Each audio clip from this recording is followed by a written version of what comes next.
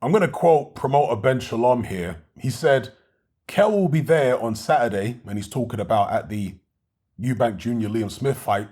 He said, Kell will be there Saturday. He's desperate for the winner of that fight.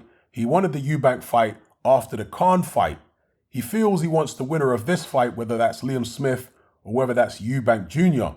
There is a rematch clause, so if Liam does win, Eubank will have the option with that one. But there'll be massive fights for whoever the winner is. Huge nights, and Kell Brook definitely wants to be one of them. Both men want to fight again in the summer, and I guess here he's talking about Eubank Jr. and Liam Smith. Goes on to say, this is a springboard to massive fights in 2023, but this is the one they're both focused on. Were Chris to lose this, it really will be difficult to come back from this, and Liam the same. The thing with Liam is he seems to have gotten better and better. Even the Kurbanov performance was good out in Russia, and he's been more active than Chris. He's done a lot more rounds than Chris in the past couple years. He feels good. He feels ready for this fight. All right, those are the words of Ben Shalom. Now, it was apparent to me when I saw an interview with Kell Brook. He was at Dominic Ingles' gym, the famous Winkerbank gym in Sheffield. And the interviewer was asking him questions. What it's like to be retired, is there any possibility of a comeback? And you could see he was finding retirement very, very difficult indeed.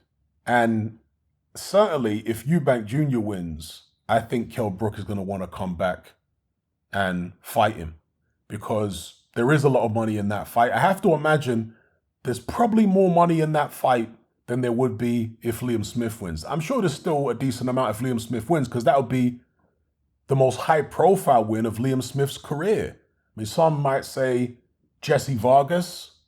That fight happened in New York, but in the UK, it would be Eubank Jr. So all of the lights, Kell Brook, his famous or the famous song that he comes out to, he's addicted, like so many fighters are, to the lights, the camera, the action, the crowd.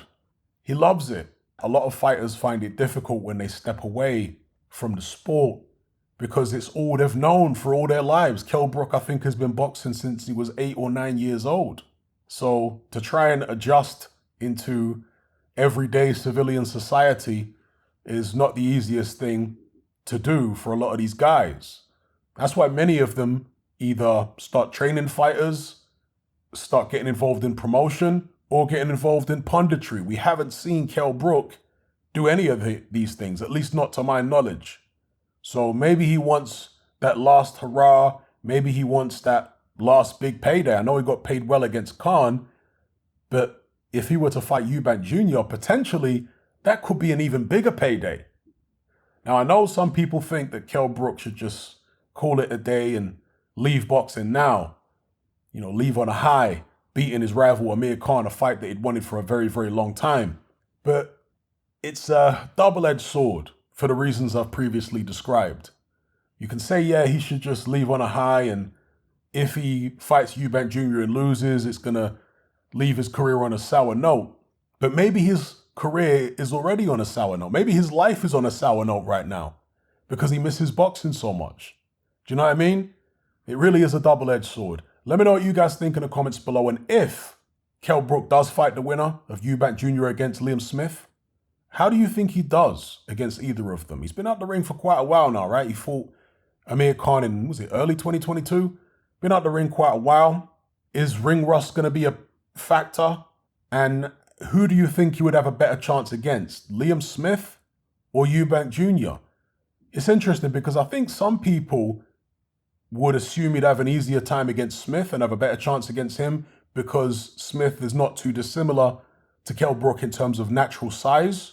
But other people might think, no, he'd have an easier time against Eubank Jr. because he's better technically than Jr. is. Jr. has struggled in the past against people with good jabs, and Kell Brook certainly has one of those. In fact, I would argue that's his best punch. So anyway, long story short, let me know what you guys think about all the points I've raised in this video.